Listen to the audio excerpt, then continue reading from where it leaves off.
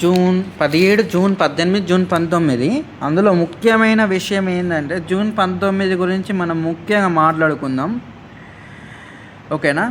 June 19 world sequel day, అంటే జన్యుపరమైన వ్యాధి. అంటే ఈ రోజుల్లో ఖచ్చితంగా తల్లిదండ్రులకు ఇలాంటి వ్యాధి ఉందా లేదా అనేది ఒక్కసారి ఖచ్చితంగా టెస్ట్ చేసుకోండి. ఒకవేళ పిల్లలకు వస్తే జీవితాంతం వాళ్ళు ఎలాంటి వాతావరణంలో మార్పులు వచ్చినా చాలా వీక్ అయిపోతారు.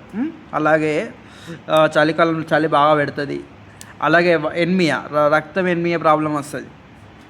అలాగే రక్తం అనేది తెల్ల రక్త కణాలు అనేటివి, ఎర్ర రక్త కణాలు అనేటివి ఊకే విరిగిపోతూ ఉంటాయి. అంటే రక్తం అనేది స్టోర్ కాదు, అంటే తొందరగా బ్లడ్ అనేది మనం ఎక్కించినా ఆ బ్లడ్ అనేది బాడీలో ఇంజెక్ట్ కాదన్నమాట. అంటే వీళ్ళకు ఖచ్చితంగా మనకు సరైన పరిష్కారం ఏంటంటే న్యూట్రిషన్ అండి. మన దగ్గర బెస్ట్ న్యూట్రిషన్, సెల్యులర్ న్యూట్రిషన్, ప్రతి కణానికి శక్తిని అందే న్యూట్రిషన్ మన దగ్గర ఉంది. ఆ న్యూట్రిషన్ ఏంటి, ఆ వివరాలు ఏంటి అనేది నేను మీకు వాట్సాప్లో నేను సెండ్ చేస్తాను. అవసరమైతే నా వాట్సాప్ నెంబరు మన వైటీ ఛానల్ ఏ బోట్లో ఉంటుంది, ఒకసారి చెక్ చేసుకొని నాకు వాట్సాప్ మెసేజ్ చేయండి. అలాగే జూన్ 18, 19, జూన్ 18 రోజున వరల్డ్ ఫికేషన్ డే. అంటే మన తల్లిదండ్రులతో ఈ ఒక్క రోజైనా కనీసం మనం టూర్కి వెళ్ళడం కానీ, మన ఫ్రెండ్స్తో టూర్కి వెళ్ళడం కానీ, నేచర్ని మనం ఆస్వాదించాలి. నేచర్ని కాపాడుకునే విధంగా మారాలి.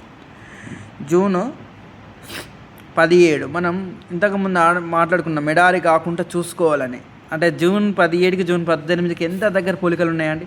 ప్రకృతి ఉంటేనే కదా మనం ఎలాంటి వెకేషన్స్కైనా వెళ్ళేది. అవును కదా, అంతే కదా. ఇంకొకటి జూన్ 19 విషయం ఎందుకు మాట్లాడుతుంది అంటే, జూన్ 19 రోజు పిల్లలకు కానీ పెద్దలకు కానీ కంప్లీట్ బెస్ట్ న్యూట్రిషన్ మన దగ్గర ఉంది. ఆ న్యూట్రిషన్ ఏంటో మీకు వాట్సాప్లో వివరాలు నేను పంపిస్తాను.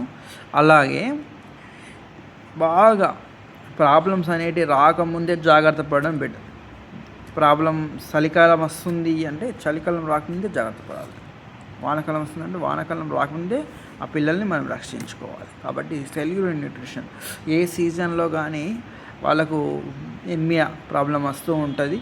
ఆ ఎనిమియా ప్రాబ్లం ఎప్పుడు వస్తుందో మనం చెప్పలేం.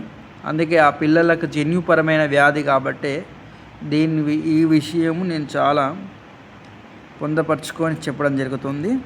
ఓకేనా. మన ఇట్లాంటి కంటెంట్ కోసం ఎవరైనా ఇంట్రెస్టెడ్ పీపుల్ ఉంటే ఖచ్చితంగా నా ఛానల్ సబ్స్క్రైబ్ చేసుకోండి.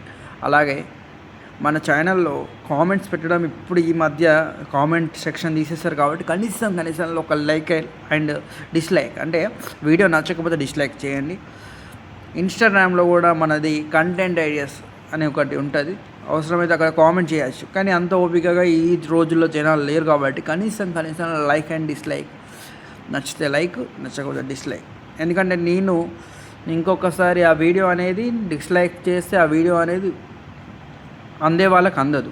కానీ నాకు ఏం తెలుస్తుంది అంటే నేను ఆ వీడియోలో ఏం మిస్టేక్ చేసినా అనే విషయం నాకు అర్థమవుతుంది. అంతే. నాకు వీడియో ఫేమస్ కావాలని నాకు లేదు. నా టాపిక్ ఖచ్చితంగా ఎవరికి ఉపయోగపడాలో ఆ వ్యక్తికి చేరాలనేది నా లక్ష్యం. ఓకేనా. కంటెంట్ క్రియేట్ చేసి అమౌంట్ సంపాదించాలనే లక్ష్యం నాది కాదు. 10 మందికి ఉపయోగపడాలి, 10 మందిలో మనం ఉండాలి, 10 మంది బాగుండాలి అని కోరుకుంటాం కదా. ఆ 10 మంది బాగుండాలంటే మనం ఏం చేయాలనేది నా కంటెంట్. ఓకేనా. 10 మంది బాగుండాలి, అందులో నేను ఉండాలని అంటుంటారు. ఆ 10 మంది బాగుండాలంటే ఏం చేయాలనేది నా కంటెంట్. ఓకేనా. అందుకే మన channel name content ideas HFA. Health food awareness videos చాలా వీడియోస్ వస్తాయి. అలాగే సోషల్ అవేర్నెస్, అలాగే హెల్త్ అవేర్నెస్, ఫుడ్ అవేర్నెస్, ప్రతి ఒక్క కంటెంట్ పైన మన దగ్గర వీడియోస్ ఉంటుంటాయి. మన ఛానల్ వచ్చేసి రెస్పాన్సిబిలిటీతో కూడుకొని నేను ఛానల్ క్రియేట్ చేయడం జరిగింది. ఈ కంటెంట్ ఉంటుంది, ఆ కంటెంట్ ఉండదు అని లేదు. ఎవరైనా గొప్ప వాళ్ళు ఉంటే వాళ్ళ డేస్ని కూడా పురస్కరించుకొని ఆ డేస్ను కూడా మనం మాట్లాడుకుంటుంటాం. ప్రతి వీడియోలో ఏదో ఒక కంటెంట్, ప్రతిరోజు ఖచ్చితంగా ఏదో ఒక కంటెంట్, డే బై డే అయినా ఖచ్చితంగా ఏదో ఒక కంటెంట్ మాత్రం నేను అప్లోడ్ చేయాలనుకుంటున్నాను. నా వీడియోని 10 మందికి చేరితే ఆ 10 మందికి ఉపయోగపడుతుంది అనేది నా నమ్మకం. ఫ్యాషన్ కోసం నేను ఏదో చిల్లర వీడియోస్ అయితే నాకు చేయాలన్న ఆలోచన లేదు.